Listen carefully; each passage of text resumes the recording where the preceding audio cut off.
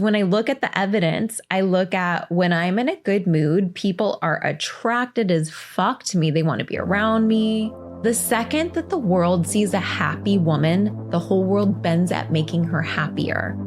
The world becomes an amplifier of your internal state. The world has taught us some of the most fundamentally useless ways of thinking about success that actually go against our biology when it comes to achievement and happiness, success and peace. We are taught to push through pain at any cost, to use pressure to persist, focus on the goal, and do whatever it takes to get there. This is useful if the goal is to not starve to death. But success by any means necessary comes at a remarkable cost to our future self. Our mantra around here is not a penny from pressure, only pleasure. The More Alive podcast exists to lead us into a new way of achieving and replace outdated advice that threaten the dream life that actually makes us feel more alive. I'm your host, Andrea Crowder, mom, truth teller, and lover of daydreaming, here to help create a world where we all feel more alive. Welcome to the show.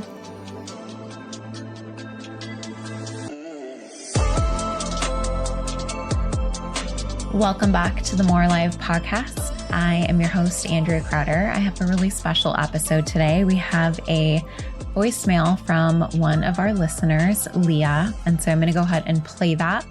And we're going to do a little Q to your A for today. And I didn't even mean to rhyme. Good morning. I'm messaging you from Central Kentucky with a request for insight. When you have made transformation, when you have created new levels within your life, how did that feel within your body?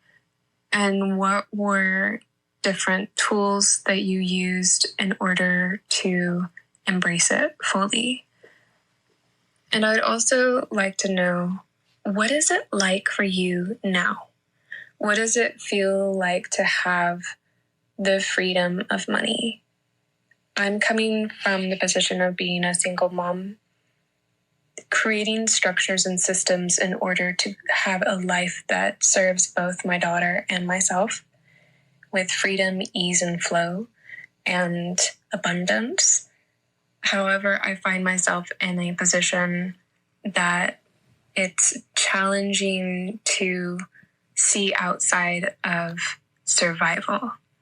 I've been doing a lot of the work, and I'm curious if you can touch on what that feels like, the ease, the flow, and the visceral experience of having moved from complete survival into absolute abundance. Thank you. First of all, Leah, you're such an inspiring mother, and your children are so lucky to have someone that is willing to ask the question, that's willing to show up, that's willing to do the hard work, which is create something new out of what appears to be nothing. I remember when I got pregnant with my son, it was just a couple of weeks after I'd almost overdosed on so much cocaine that I wasn't even speaking English anymore. And that night, I had been with a group of people. One of the people that were at the party, he kept talking about his friend that had just gotten out of jail. And he said, yeah, I just got back from spending time with my homeboy so-and-so who just got out of jail for killing that guy like 5 years ago. And even though I was high as fuck, I started doing the math and the name rung a bell, and I counted backwards, and I was like, 5, 4, 3. And I asked him, I gave him his last name. I said, is this who you're talking about? And he said, yes. And I said, that guy isn't dead, and that guy is my dad. It was my stepdad, actually, that this young kid who had been going through a gang initiation, he was 14. I think it was also 14 at the time, had gone into a gas station. And my stepdad had been working there during the nights to make some extra money. and held him at gunpoint, stole, I think it was like $40 in a carton of cigarettes, and then shot him. And the bullet was the width of about, I think it was like 3 or 4 playing cards, like if you're playing a deck of poker, away from his heart. And so when I looked at this guy who was talking about his friend who had just gotten out of jail, I said, that's actually my dad. He's not dead at all. And he looked at me and he felt so bad that he just took the entire board of cocaine. He pushed it across the table like very slowly and was like, here, have as much as you want. And I did so much cocaine, so much ecstasy, like whatever was there, I did it that night that I don't know how I survived. I didn't get out of bed for about 25 hours. And I swear to God, my son was just in like soul form, looking at the rest of my soul family and was like, she's not gonna make it. Like somebody tagged me in and he like jumped into my uterus. And I got pregnant when I was 19 years old. I was a teen mom. I had come from the world of, we didn't have a lot. I actually thought my friend who had a 2-story house, I thought she lived in a mansion. I came home from hanging at her house and I was like, Mom, Connie lives in a mansion. And she's like, no, that's not what a mansion is. But because there were stairs, I was like, this is the biggest house that I've ever seen. I primarily lived in like small apartments or mobile homes or trailers, some of them that didn't have running water and some that also had little rats scurrying around the floor. My dad actually reminded me of that on an earlier episode of the podcast when I brought him on. And I'd completely forgotten that, we slept on the floor in the living room of this 1-bedroom trailer before my dad had like ripped the metal off of the back of it. And he like hand built 2 really small bedrooms back there. But at first it was just all of us kids sleeping on the floor, all in my dad's army issued sleeping bags with these like really itchy wool blankets to keep us extra warm. And it was just like humble beginnings, but so humble I didn't really know. And I think sometimes when we get started with this transformation journey, we have this perception that we're starting from nothing. And especially if we're living in what we might call survival, or if we're living paycheck to paycheck. I know what it feels like to actually be living in survival with like, we had food that was very specifically rationed out of you're allowed to have this much. Once it's gone, it's gone. And splitting it amongst all of us kids, depending on who was there. If I was at my dad's for the summer, I was living with my dad, my stepmom, Robin at the time, and her kids. Sometimes there was 5 of us. Sometimes there was 6. Honestly, I have no idea. I don't remember. But our lives felt so full, even though the rest of the world would say like, those kids are living in survival. Those parents are living in survival. And so what made the difference? The difference is perspective. The difference is the story that we tell. There's this song that I love. It is called I Have Been 1,000 Different Women. I'll read the lyrics to you. The lyrics go, make peace with all the women you once were. Lay flowers at their feet.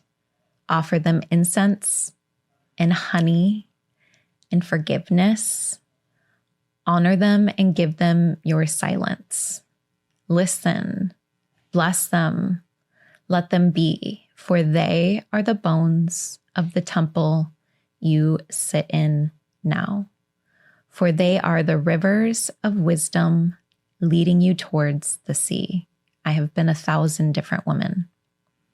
I have been a kid that didn't have running water with rats scurrying across the floor. I've been a teen mother. I have been a drug dealer. I have been a stripper, somebody trading her body in exchange for money and fucked concept of self-importance.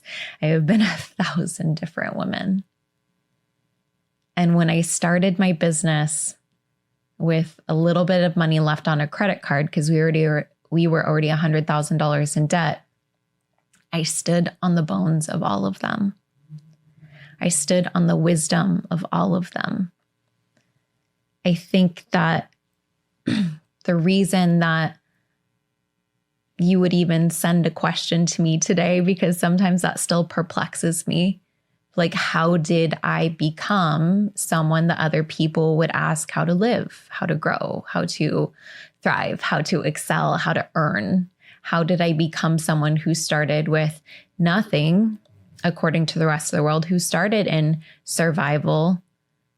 How did I become the host of the More Alive podcast? How did I become the, creator of the pleasure model and of programs like Amore Money and wealth alignment patterns? How did I become a go-to voice when it comes to nervous system related wealth? I think the reason for that is because I wasn't resourced. I was hungry. If you walk around and you look at any successful person that you know, just start watching people. Anybody that you would consider as successful, whether you're watching them online or whether you're watching them in person, if you can get yourself into the room with other successful people, just watch them. And you'll see that they're not always the ones that have the answer. They're not always the one that has the resources, but they are without a doubt every single time the one who is the most hungry. They are willing to resource themselves. If there was an earthquake, I can guarantee that if it split in half between, I believe you said daughter. Was it daughter? Yeah. I believe you said daughter. If the earth split in half and your daughter was on the other side, there is not a doubt in my mind that it would take you less than a second to begin building the bridge. You will not know how. You will not give a fuck, but you will build it anyway. Because you will be hungry enough to restore the connection between you and your baby girl. And I can say baby girl because my 20-year-old is sitting in the room and she's still my baby girl.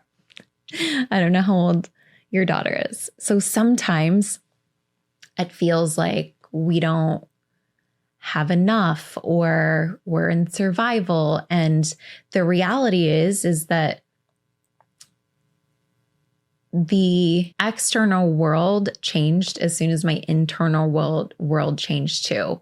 I stopped telling the story that I was in survival when I wanted to go to this event in order for me to learn new skills to grow my business. I was going to have to get on a plane. I was going to have to pay for a hotel.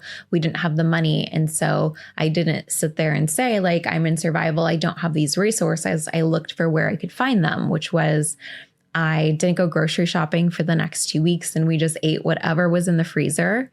And a lot of times we don't realize the treasure that's all around us that we can turn into a resource the second that we need it if we're willing to get creative. And I would say that creativity and that hunger paired together create the most unstoppable force this planet has ever seen. And I know you have it in you. I know you have it in you. I think sometimes we just need to see it in others to remind ourselves that it's in us too.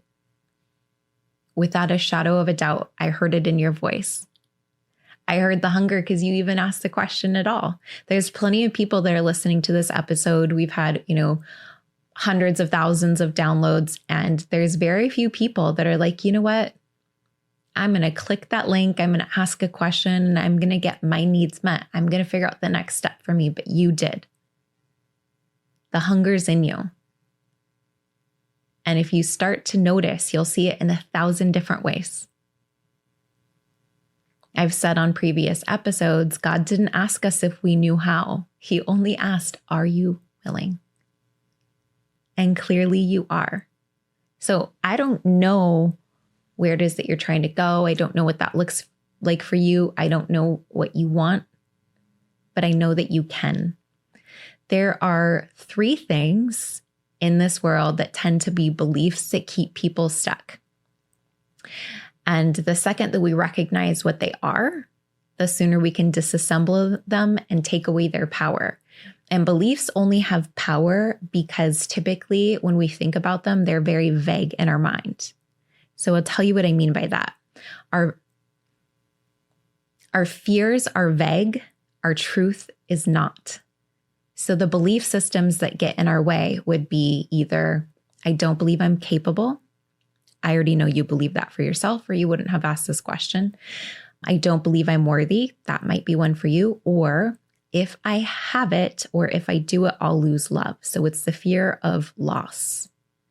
Now, the fear of loss sometimes can come either in the doing it or the having done it. So we might ask ourselves, okay, let me paint the picture. Let me close my eyes for a second. Let me get present. What is the version of Leah look like? Absolutely resourced. How does she stand? What's her posture? What does she know? What does she wear? Who does she speak to? Who does she not speak to? What does she tolerate? What does she not tolerate? Notice her spine. What does she know deep in her bones? Where is she? What has she done? What's different? What's desirable? What makes you hungry? See the vision that makes you hungry. For me, I always come back to, I want to be the resource that my kids can depend on. I always think about my daughter running up to me and asking me questions about investments. And there's a version of me that would have been like, I really fucking don't know. I don't know how to help you. And so I became the woman that could help. I became the woman who was resourced. I became the woman who knew how to ask. And she stood differently than I had been at the time when I started this work, probably back in 2020. And really, it only took about 2 years to become her. And that might seem like a really long time, but if you just look back and you think about what was going on 2 years ago, it probably feels like that happened pretty quickly. So even though when we look forward, 2 years can feel really far, when we look backwards, we realize it's total bullshit. And we know it's not. 2 years goes by in a blink of an eye. So I started doing this work, creating this version of me that knew, the version of me that was resourced, the version of me that felt sure, the version of me that knew who to ask. And I got really familiar with what she smelled like, what she looked like, what flavors she liked, who she hung with, who she didn't. And I started making decisions as her. Your future self is built in the very present moment. The only shot that you have at changing something is only ever going to be in this very sweet, precious, perfectly your moment. So as I thought about her frequently, I started making decisions as her. But the question that I didn't know to ask then, that I think maybe would have collapsed time for me sooner, was, what's the shit getting in my way? What's creating static in order for me to vibrate at that frequency? And the work is just removing the static. And so I might think about her, and then I would put my hand on my heart and I would say, okay, if there's typically 3 core beliefs that would get in my way, one of them being, do I believe I'm capable? So just notice as I ask these 3 questions, put your hand on your chest and really tune into your body and notice where there's like an ick or a or like a charge, but it feels like your energy just goes down, like it's depleting the battery just a bit, maybe very, very subtle. So really tune in. So think of her, think of that future self that's like, God, I want that. God, what I would give to be her right this second, what I would give to collapse time into that and just run like face first into her. And then ask, do I believe I'm capable? Am I worthy? And then if I have it, what would I lose?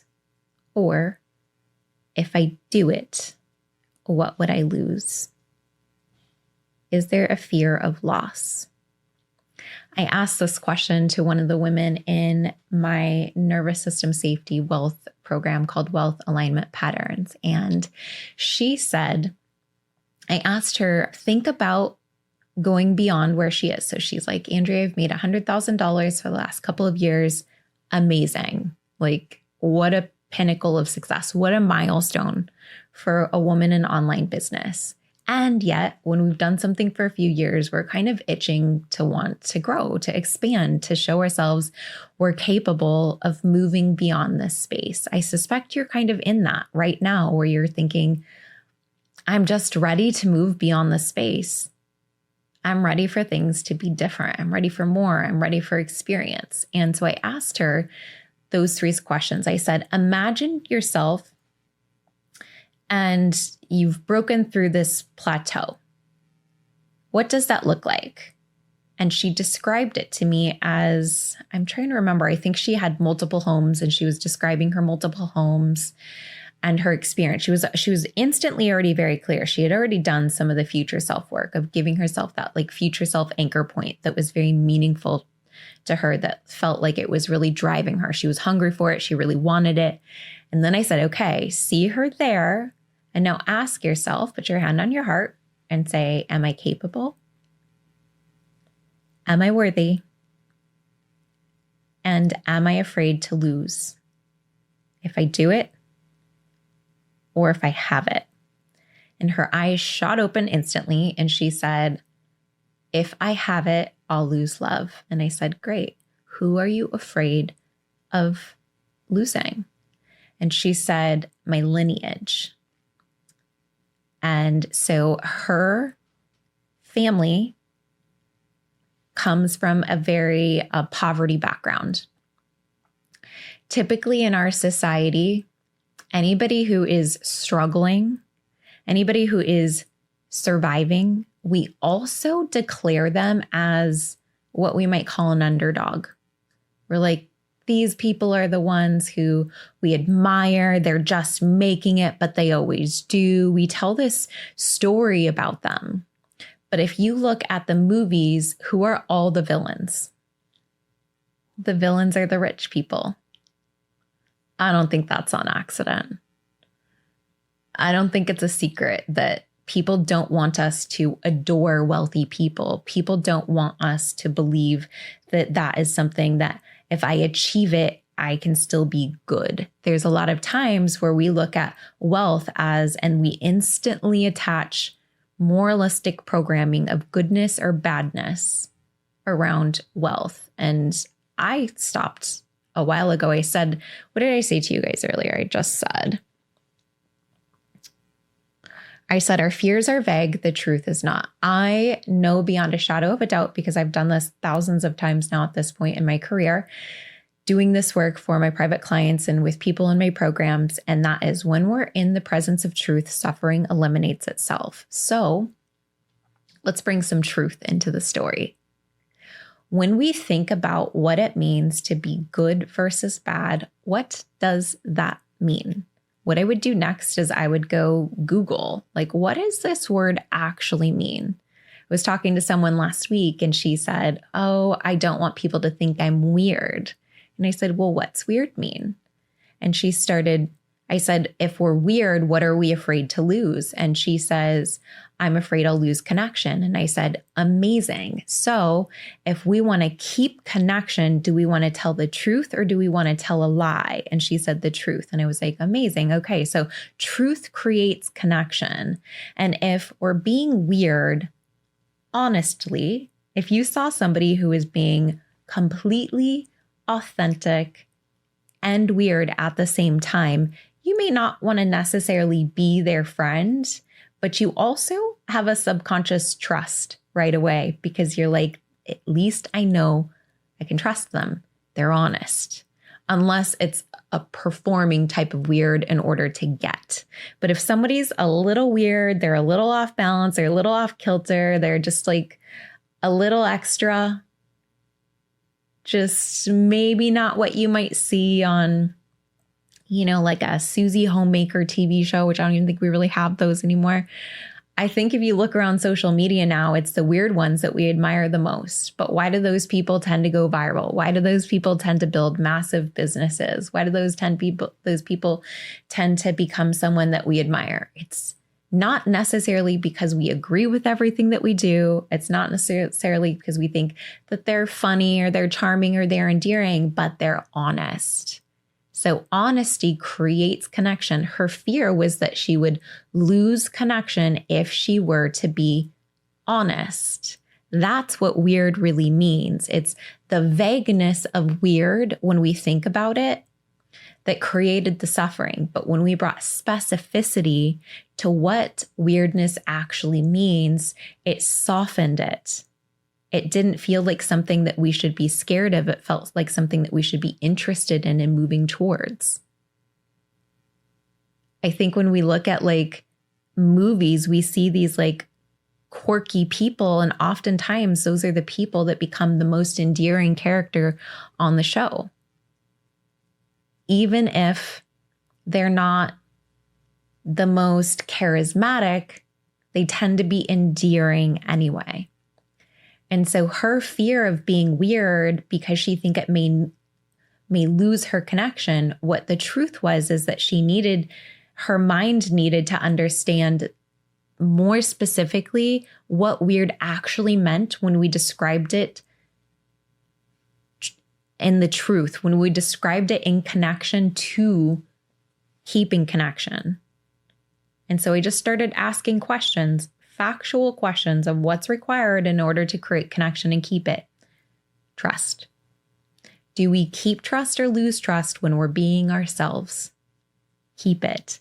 If the connection is meant to be ours, right? We're not supposed to be friends with everybody on this planet. We're not supposed to work with everyone on this planet. I don't have fucking time for that. The people who are in my world, I love them. They're awkward, they're weird, they're interesting. Like I can talk to them about anything.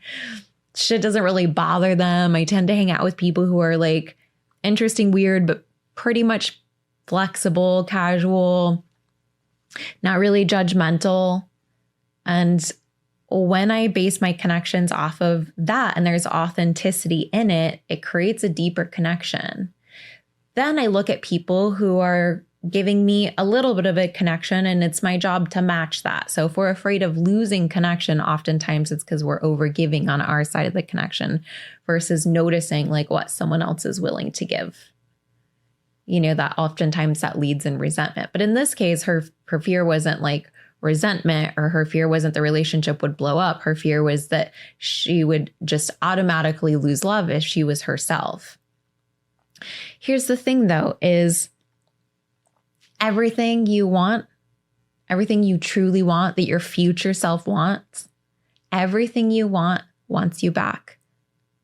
But it can only find you if all of you is there. All the weirdness, all the awkwardness, whatever is true.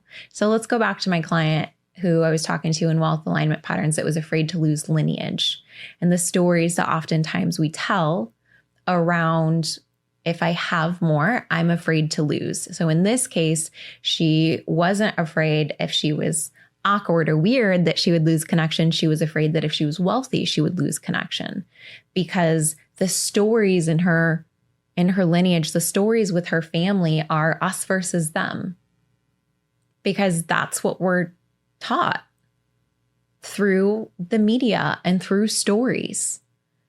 We're rarely shown the example of the wealthy human who does great things. It's just not the most interesting story for people. And it also doesn't meet people's cultural expectations. So in this case, her feeling was being dictated by cultural norms and expectations, and she didn't even know it. She had no idea that when she was like working really hard on her business, like I want to get to 200K and 500K, she had no idea that she had this electronic leash around her throat that says you can't go that far because there could be too critical of a loss. And so I said, What would it be like if your family were to see somebody who would do great things with wealth have a lot of it? Let me ask you this. If one of your family members were sick and they needed $150,000 surgery, would you be able to save their life in order to keep connection with them? The answer was no.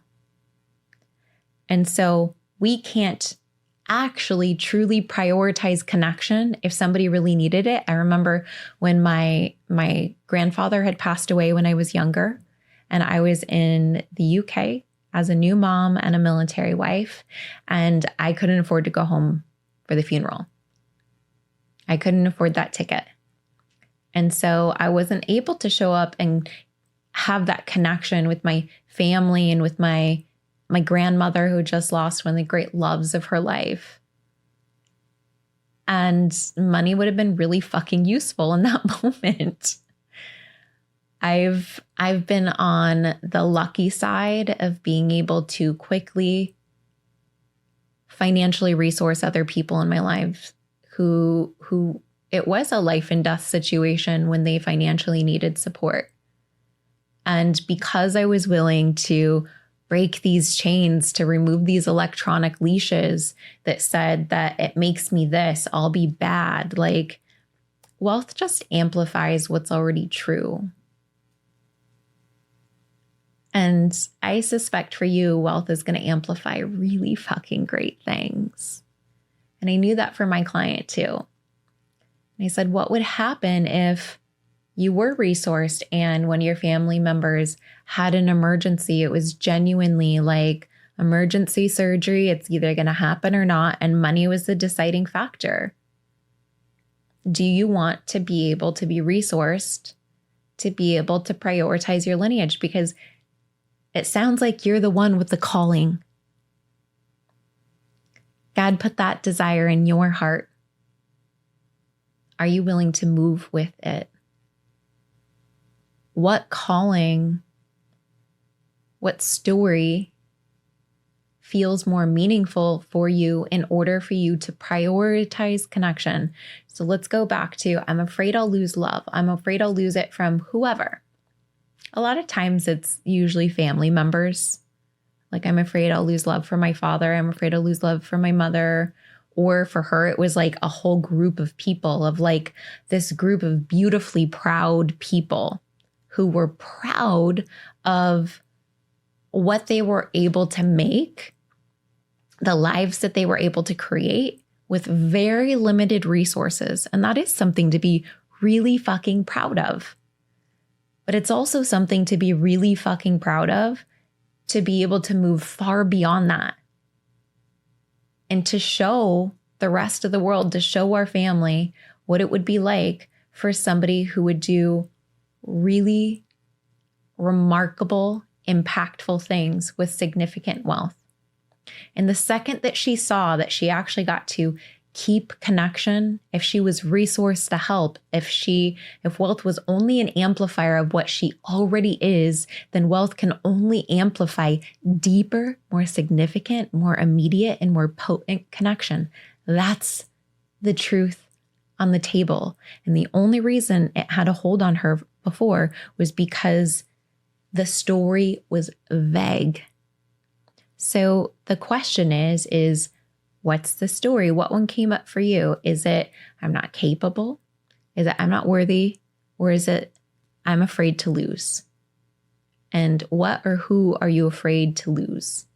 And then take specificity into that vagueness. Okay, what is it that I want? If I'm afraid to lose a person, it's connection. So if I have this, I'll lose connection. There's so much vagueness in that every single time. There's not been a single time where I haven't been able to just ask really clever, very specific questions for any of my clients where they realized, oh my God, actually having what I want, being who I want to be, becoming who I want to become wouldn't lose me any of that. It would restore it. It would deepen it. It would make it more potent. This shit runs so deep, you guys. I had a day the other day where I noticed, like, I walked in the door and I was having a great day. And then my boyfriend's son, Julian, he's like, Andrea, how are you? He's like the happiest kid. The second he sees you, he runs up, he gives you the biggest hug. Doesn't care if all of his friends, he's 17, doesn't care if all of his friends are, he gives you the biggest hug and he holds you. He calls it, he's like, you need a Birkin hug. That's his last name. And he'll just like hold me and he's like, I sensed you needed that. And he just like the connection is there and he's just like vibrant and just brought all of this energy. And he's like, how are you today? And for whatever reason, unconsciously, what came up was like, don't be too happy. And I was like so perplexed. I've never noticed this pattern in myself of like, if I'm so happy, then I'll lose what? What I realized was if I'm too happy, the belief was I'll lose help. I'll lose resources. If I'm too happy, if I'm too good, no one will help me. That's such a clusterfuck of a vague ass lie. Because when I look at the evidence, I look at when I'm in a good mood, people are attracted as fuck to me. They want to be around me. The second that the world sees a happy woman, the whole world bends at making her happier. The world becomes an amplifier of your internal state. So it was like such a weird electric leash that I had never noticed was on me before. And I can think back into like so many times in my history where I was like, I just kind of downplayed my joy a little bit because I was afraid. I was so not conscious of this pattern until 2 days ago, you guys. Like, we're all doing the work every damn day for the rest of our lives. Like, we're all here to do the fucking work. I was like so perplexed by my own behavior. I'm like, why did I just shrink back? Why did I just get smaller? Why did I just feel less? What the fuck was that all about? And when I just sat with it just for moments and I got present, I'm like, if I were to show up happy, joyful, all of me, what am I afraid of? I'm afraid people will see me as too independent to where I won't receive love anymore. I won't receive support. And when I say support, it always goes back to love. I'm afraid I'll lose love. Support is a version of love.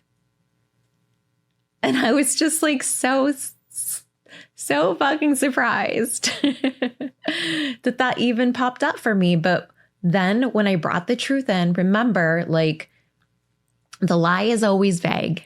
When I brought in specificity of noticing when I have a great hair day, I get the green light, right? When I'm in a good mood, my man comes over and he's like, oh, let me get that for you. He wants to touch me more. He wants to give me shoulder massages. When I take care of myself, when I'm just like in it, vibing with me, giving to myself, the world actually bends over backwards to be the ultimate supplier of significantly more fucking joy in my life. There's not even a shred of evidence, not a shred, couldn't find a single one, that if I were too happy, I would lose love. Not in this group, at least. Right? That I might lose connection. In fact, the better attitude I have, the more that I can pivot fast, the more that I'm creative, the more where I'm like, I see other people, if they're kind of in it, I'm like, really curious about them. Sometimes when sometimes if we're a happy little jelly bean and we're around people who are just little rain clouds for a little while, that can piss them off and be annoying. But if I have a good attitude and I'm being my happy little jelly bean, I might look at someone and I might think, it's time to mirror. It's time to bring some calmness into their space. And it's time for me to simply just ask them like, yeah, okay. Man, connections are kept. Connections are deepened. Connections are strengthened simply with this one question. You okay? And then pause. That's the hardest part, especially if you're a happy little jelly bean. Sometimes you want to be like, you okay? Can I get anything for you? What do you need? And then when you're like, ladies will especially get this. When you're in your luteal phase just before your period and your man is in like too good of a mood and he's like, hey baby, what do you need? Feeling so good. Like, let's do this. Let's do this. And you're just like, literally, I need you to take your happy ass 5 feet away from me. right? Like, I get it. Sometimes we all have little rain clouds that follow us during certain seasons. For me, it's predictably 5 days before my period. It's a fucking lightning storm. I think everything is on fire. It's all burning. And then it goes away. And so, but if my man's keeping himself happy, he notices and mirrors. If I'm keeping myself happy, I notice, I mirror. I can adjust my temperament a little bit to make myself a little bit more, I'm going to use this word in a way that is desirable.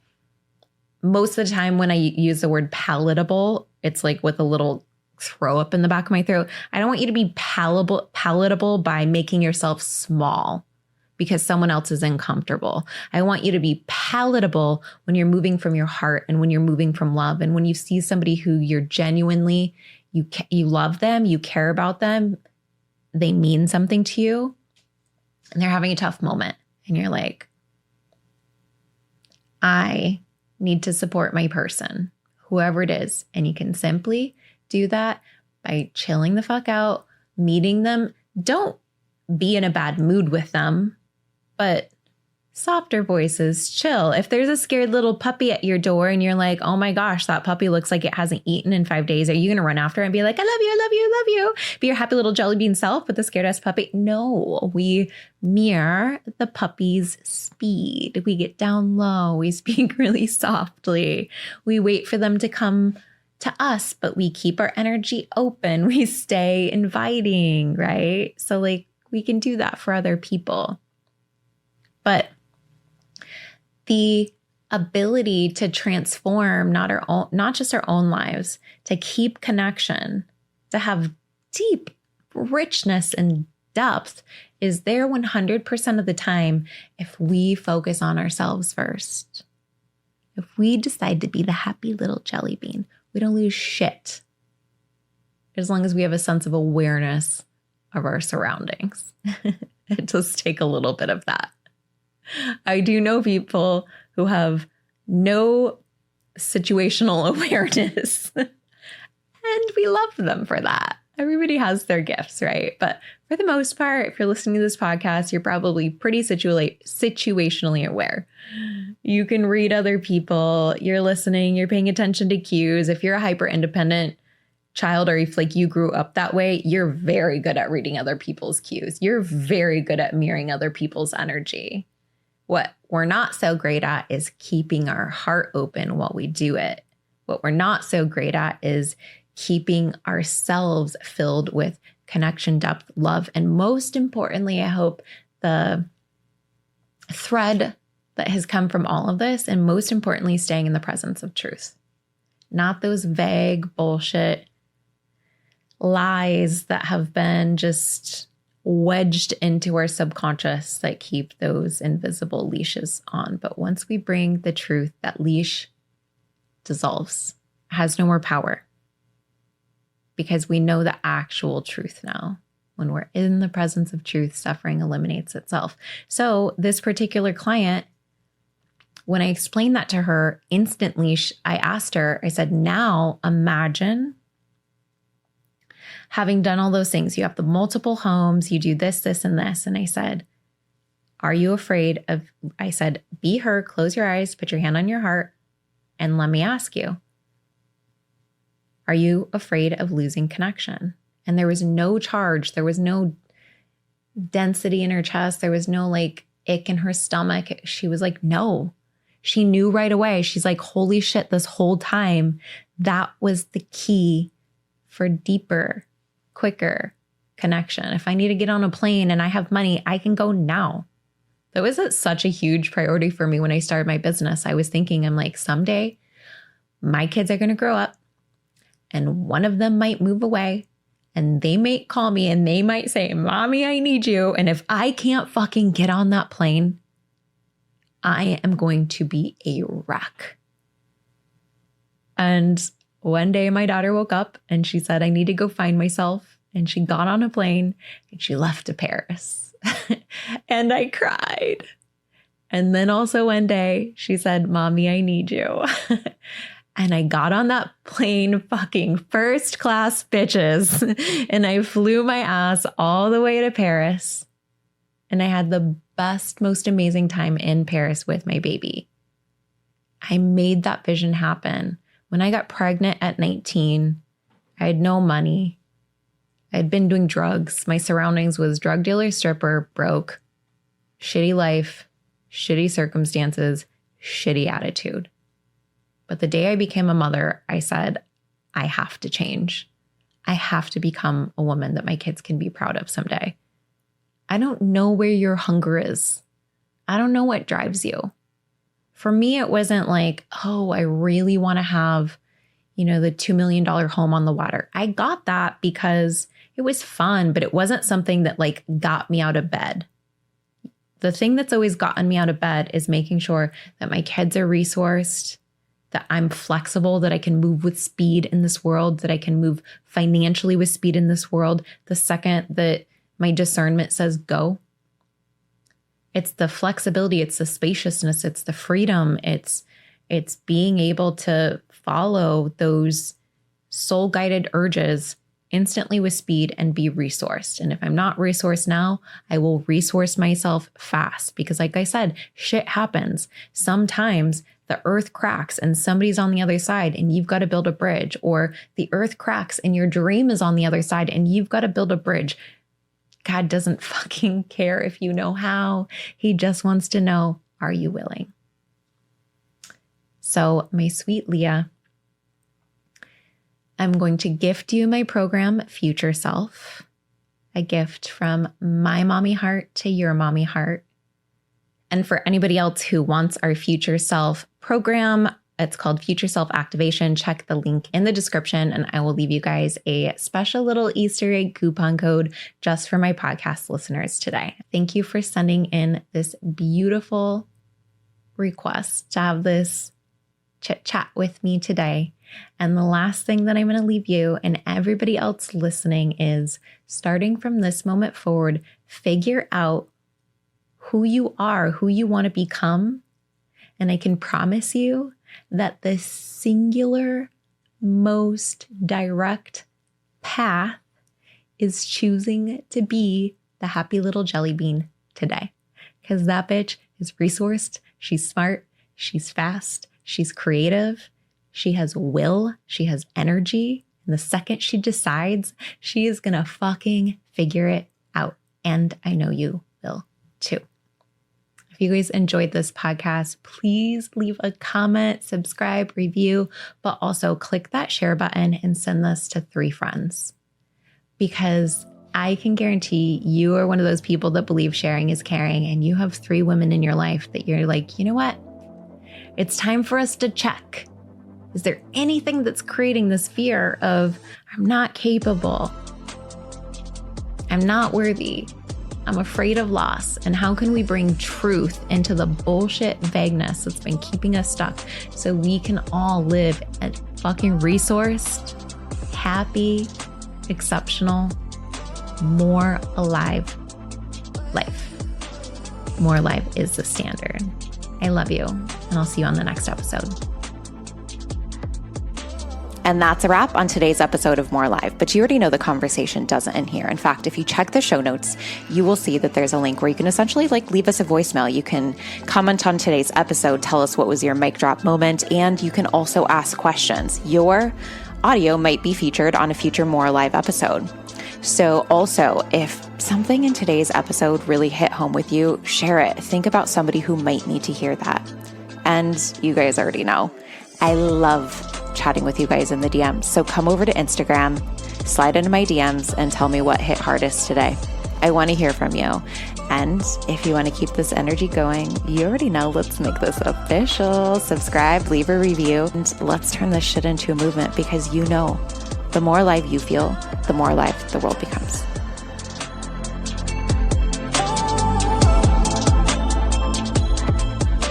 Let's go with our girls at Thrive Cosmetics. When I reached out to them and I was like, everybody always asks me where I buy my lip colors from. I thought that they were just going to send that particular lip product. And the Laura, Lara, is my color of 2025. It's an orangey red and I'm obsessed. But they had this new product that they were launching, and they sent us a bunch of for all of the girls. And when I put it on my lips, it was like butter. It didn't feel like a matte product that you were putting onto your lips. It felt so delicious. And I kept reapplying it just because it felt good to put on.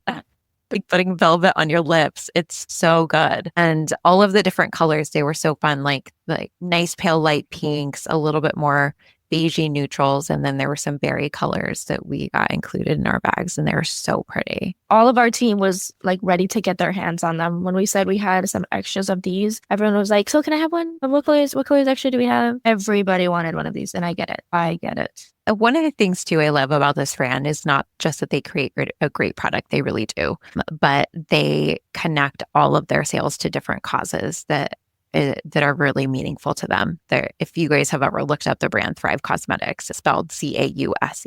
So I really do love and appreciate that they are a really heart-centered brand. They are very clear on their values. They are very devoted to their values, and they put their money where their mouth is. They're out in their community helping and serving. They're not just like throwing cash at problems. Like they are in it like into the, up to their elbows, just like getting their hands dirty and supporting their community. And so like shout out to Thrive for that, because it is like, it's not just a cosmetics company. I'm just so impressed by them. I was in Orlando with Ashley Stahl and the founder of Thrive, and I met her at an event a couple of years ago.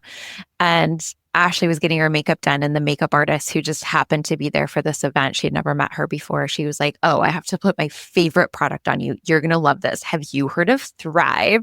Instantly, I put up my camera and I was like, I have to record this and send it to Carissa because she's going to love this. Like, it's so sweet to just see, like people who this is their livelihood, this is their area of expertise. And they're like, no, this product, this particular company is the star of the show. We were so thoughtful about the brands that we wanted to partner with for the gift bags for Legend, because we wanted it to, number one, be great products that people would actually use, but also brands that people would want to stand by and stand behind. So we very, very intentionally cultivated a list through my friends and the people that I know, and through friends of friends, of brands that are not just making great product, but are doing great things in the world too.